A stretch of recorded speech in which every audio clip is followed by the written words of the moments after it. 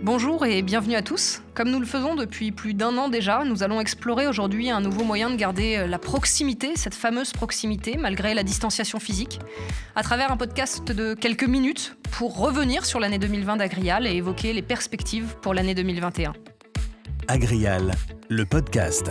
Ensemble, construisons l'agriculture et l'alimentation de demain. Aujourd'hui avec moi, j'ai le plaisir d'accueillir Arnaud Degoulet, agriculteur en Sarthe et président d'Agrial. Bonjour Arnaud. Bonjour Sarah. Ainsi que Ludovic Spiers, directeur général d'Agrial. Bonjour Ludovic. Bonjour Sarah. Alors, ma première question est finalement très simple. Si vous deviez résumer cette année 2020 si exceptionnelle en 4 dates, quelles seraient-elles ? Ludovic ? Alors, la première date est avant la crise sanitaire, c'est le 14 février avec l'incendie d'une de nos usines majeures à Luçon, une usine laitière qui a complètement brûlé et qui nous a mis dans une situation difficile pour traiter tout notre lait de vache conventionnel. La deuxième date, eh bien sûr, c'est le 17 mars, la date du premier confinement.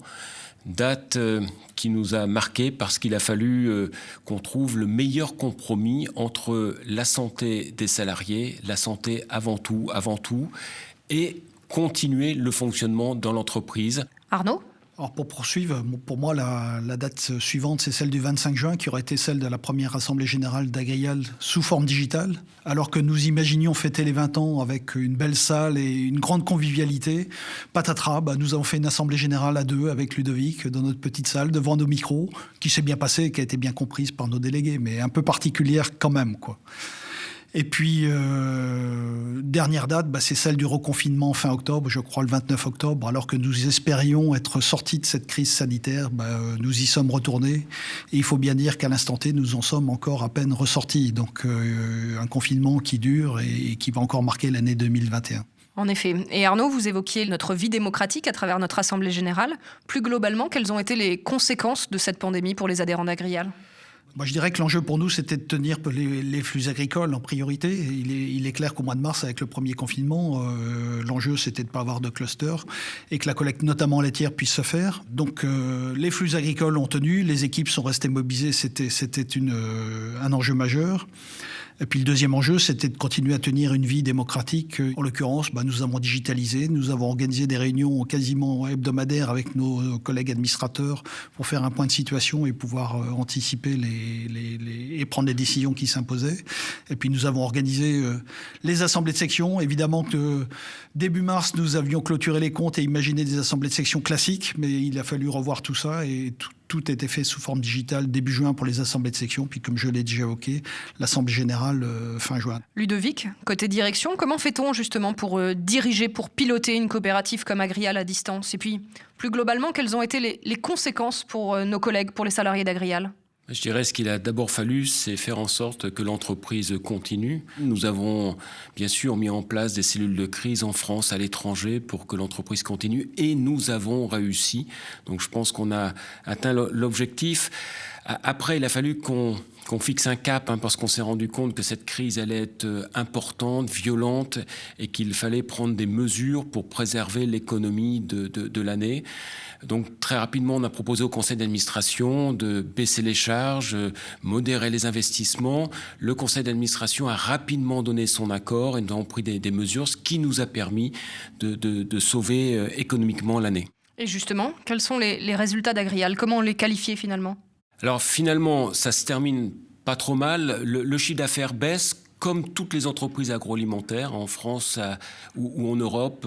La baisse est de 3%, nous la baisse est de 2%, ce qui fait qu'on redescend juste en dessous de la barre des 6 milliards en chiffre d'affaires.